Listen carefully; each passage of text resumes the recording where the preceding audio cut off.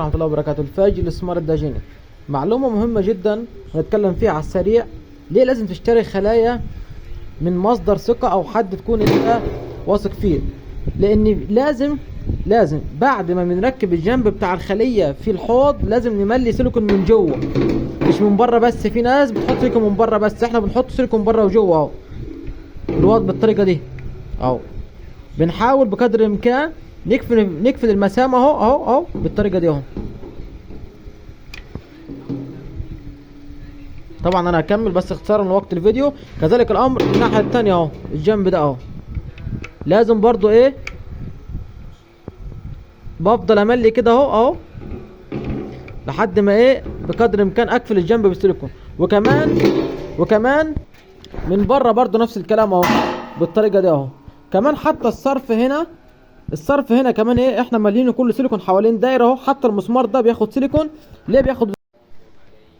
ليه كمان حتى المسمار احنا هنا بنديه سيليكون.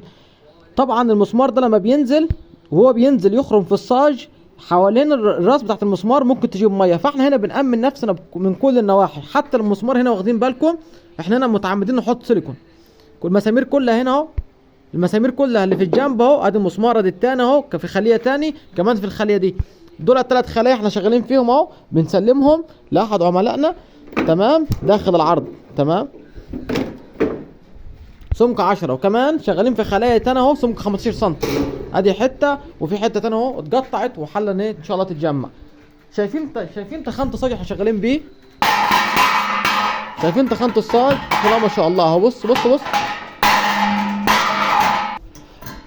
لو الصاج خفيف، انا اعرف ناس يا باشا بتقص الصاج ده بالمقص، ده دليل على ان الصاج نفسه خفيف. بص يا باشا ادي الصاج اللي احنا شغالين بيه يا باشا. بص اهو. اللي عنده من ده نقول له انت كذاب. ده الصاج الخلي احنا شغالين بيه، دقينا عليه اهو ومفيش اي اعوجاج في الصاج. صاج يا باشا محمل بسم الله ما شاء الله. بص الصاج عامل ازاي، خلايا متر في متر، جميع المقاسات 10 سم و15 سم، وكمان موجود جميع مقاسات الخلايا. خش يا باشا اطلب دلوقتي.